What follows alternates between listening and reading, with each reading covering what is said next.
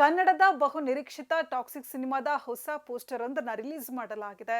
ಜನವರಿ 8ರಂದು rocking star Yash ಅವರ ಹುಟ್ಟುಹಬ್ಬ, ಅಂದ್ರೆ ನಾಡಿದ್ದು ಯಶ್ ಬರ್ತ್ಡೇ. ಹೀಗಾಗಿ ಒಂದು ದಿನ ಮುಂಚಿತವಾಗಿ ಟಾಕ್ಸಿಕ್ ಸಿನಿಮಾದ ಹೊಸ ಪೋಸ್ಟರ್ ಅನ್ನ ಬಿಡುಗಡೆ ಮಾಡಲಾಗಿದೆ.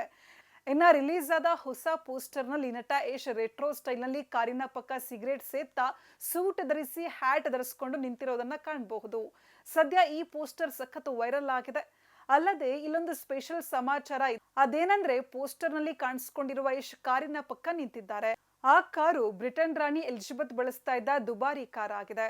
1947ನೇ ವರ್ಷದ ಲಿಂಕನ್ ಕಾಸ್ಮೋಪಾಲಿಟನ್ ಕಾರು ಇದಾಗಿದೆ. ಈ ಕಾಲದಲ್ಲಿ ಬ್ರಿಟನ್ ರಾಣಿ ಎಲಿಜಬೆತ್ ಅವರು ಬಳಸ್ತಾ ಇದ್ದ ಕಾರ್ ಇದಾಗಿದೆ.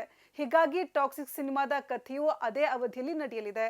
1945ರಿಂದ 1950ರ ಕಾಲಘಟ್ಟದಲ್ಲಿ ಕತೆ ನಡೆಯಲಿದೆ. ಇದೇ ಪೋಸ್ಟರ್ ನೋಡಿದ ಅಭಿಮಾನಿಗಳಲ್ಲಿ ಈ ಸಿನಿಮಾದ ಮೇಲಿನ ನಿರೀಕ್ಷೆ ಹುಟ್ಟಿಸಿದೆ.